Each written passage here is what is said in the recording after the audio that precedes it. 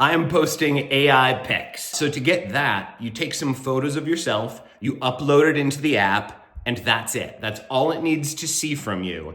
Then you type in whatever you want. You say, I want a photo of me skiing through a library with Oprah.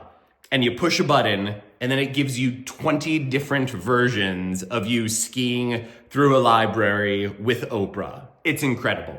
The other type of AI app takes a particular photo of you. It doesn't do the database, just one picture of you.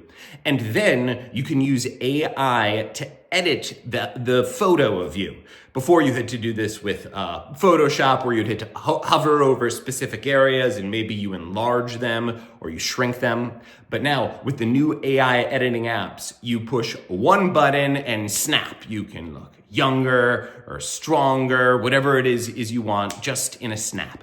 I'm posting a lot of these, but it's on my professional fan Facebook page, right? I've also got a personal Facebook page where I'm not posting the AI pictures of myself because I think that would be weird, but I'm posting a lot of them on my professional page because I see, look, they are performing better than regular pictures of me. By the way, if you've seen my AI pictures and now you're coming to watch my video for the first time, I apologize for my monstrous appearance. I'm so sorry you had to learn this way, but better now than later. The reason that I'm not using them on my personal page is I think these have the power to do a lot of destruction. Let's say you're someone who's using these apps regularly to change your appearance in photos, and soon this will be happening in videos too, right? So you're posting these to your personal Instagram page. This is gonna really affect your life. And people are doing this. Like I said, I'm doing it on a professional fan page, but these apps are getting so many downloads and there just aren't that many professional social media creators out there. So that means that like regular people, your family and your friends, people from your high school that you haven't thought about in a couple years, they are using these apps before they're posting pictures of themselves online. But let's imagine that you're a younger user who gets to one of these AI apps, or let's say you're just on TikTok and whenever you upload a video, you have that option to just push a button and boom, you get this beauty filter.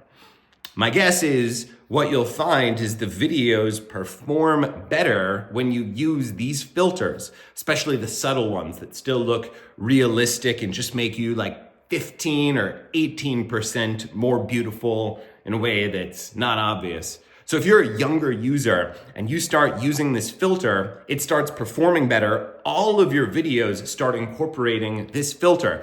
And if you're using the editing apps, then all of your Instagram pictures are using this and people are coming to know you through your doctored appearance. And you realize this.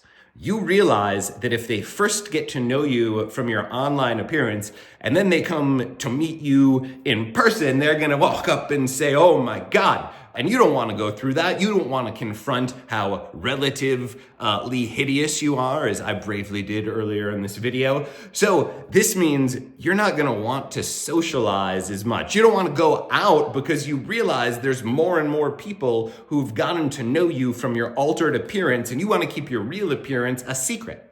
Interesting point about the photos I'm posting of myself. I'm so worried about this, about setting up this image that I cannot live up to, that constantly on my page, I'm telling people that these are AI pictures and I'm discussing it openly in the comments. And at first glance, you might think, ooh, well, maybe that hurts the performance if people realize that it's an AI app. But look, people get there on their own already. And I think people think it's an interesting thing to have a discussion about.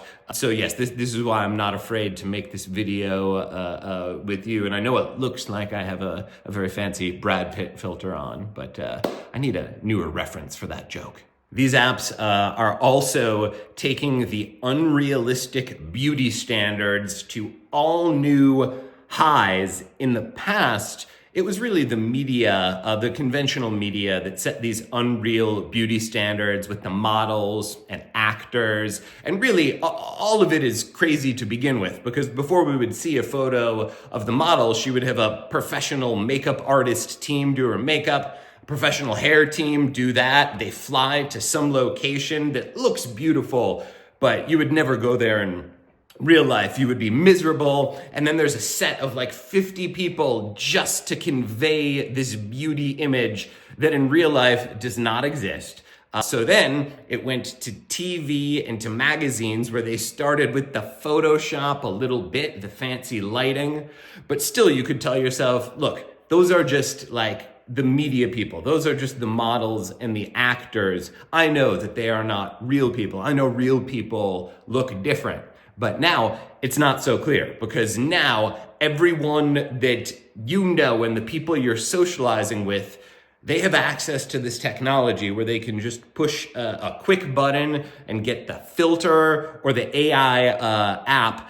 And so if you're growing up in this world, you might not realize that other people don't look like this. I think there's a wealth component here, where a lot of these apps, they cost quite a bit of money to use. Like that, the app that generates the pure AI images, every time you give it a prompt, it charges you for that. And every time you generate an image, it charges you for that.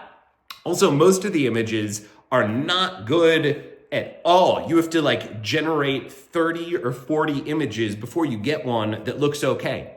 So a lot of people don't realize just how hard it is to do this and the cost that comes with it. So I feel like if you're on the poorer side and you're not realizing this, and you're seeing all these photos of people that are so wealthy and beautiful, that is just gonna make you feel terrible.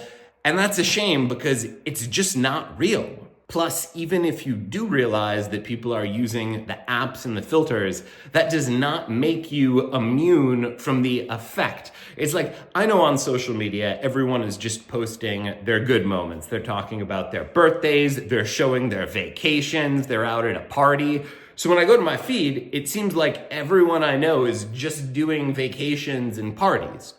But I'm a social media professional, so I realized, no, this is not representative. Really, my feed is just showing me the most extraordinary moments from the lives of my friends, and really, they have everyday dull lives like me.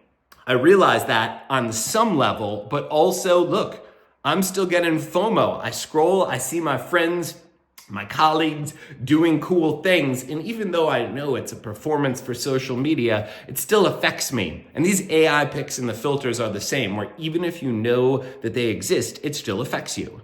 I'm curious to hear if you have any unique thoughts about these AI apps or the filters. And when I say you, I do mean you, because still this channel is small enough where I get to read all the comments. So if something I said makes you think about something, or if you've got a different point of view, I would love to hear it, and I do read all the comments. Also, clearly you're into me. If you've watched this far into the video, I hope you will follow my page if you don't already. Thanks.